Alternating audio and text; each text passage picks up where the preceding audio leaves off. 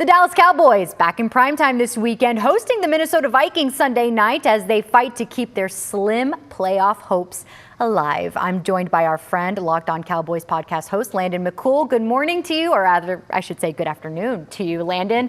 Now we got to start where we have a lot this season with the injury report, superstar receiver CeeDee Lamb and concussion protocol. Will they get him back?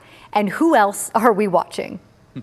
Yeah, it sounds like CeeDee's cleared the concussion protocol. He was a limited participant in practice on Wednesday. It sounded like he was a full participant on Thursday, which is a great sign that he will be back on Sunday.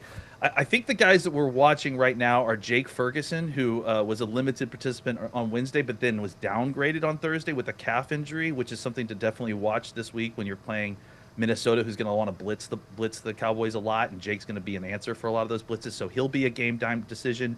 And then the other one is Jadeveon Clowney, who has been practicing a little bit this week, had a hamstring. He missed last week, but he's going to be a big component in that run defense as well, so we definitely need him back this week as well. Very good insight. Now, Landon, from the offense to the defense, the Lions, okay, they lit up the Cowboys for 44 points last game. What is going on with the Dallas D?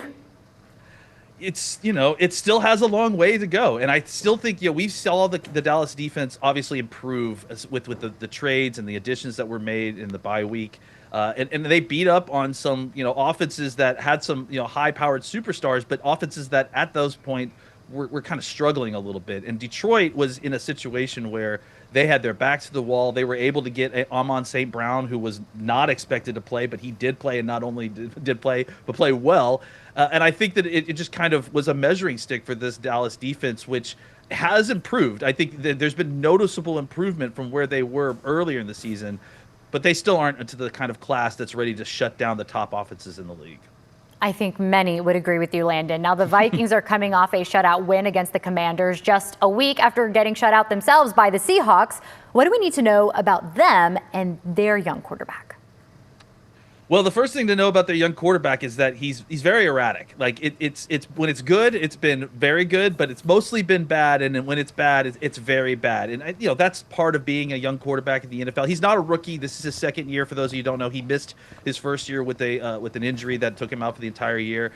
The Vikings were considered to be, a contender going into the season. Everything was in place for them except for the quarterback. That was the only kind of question mark. They had a really good defense that blitz a lot. It's run by Brian Flores. They blitz at a higher rate than anybody else in the league, and they have a lot of success doing it.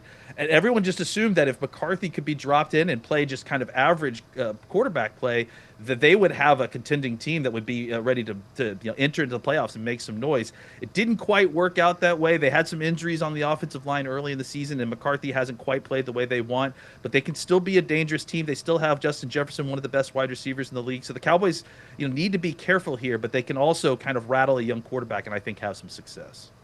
All right, Landon, last thing. We're going to use the word lurking. The Cowboys are lurking in the playoff picture, and they're actually just 2 games back of NFC East leader Philly. Can the Cowboys catch the Eagles, who seem to be in a free fall?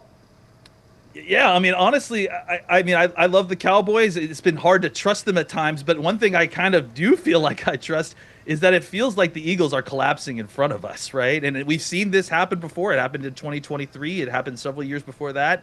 There's been times when they started out hot and then just collapsed down the stretch, and it's given the Cowboys opportunities. Now, I don't think this week when the Eagles play Vegas that they're going to potentially lose that game, but I'm looking at that game that they have to play against the Bills, and they've got 2 games against a division opponent in Washington.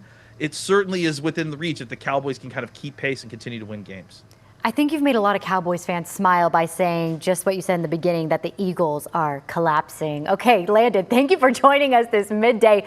Don't miss Landon and his co-host Marcus on their daily Locked On Cowboys podcast. You can also catch the newest episode today at 2 p.m. on our streaming app, WFAA Plus. If you don't have it yet, it's free. Download WFAA Plus on your TV. And after a 2-week break, our call-in show returns on Monday, so you can give us your thoughts on Sunday night's Cowboys-Vikings showdown. That's at 11:30 a.m. Monday, right here after the midday newscast.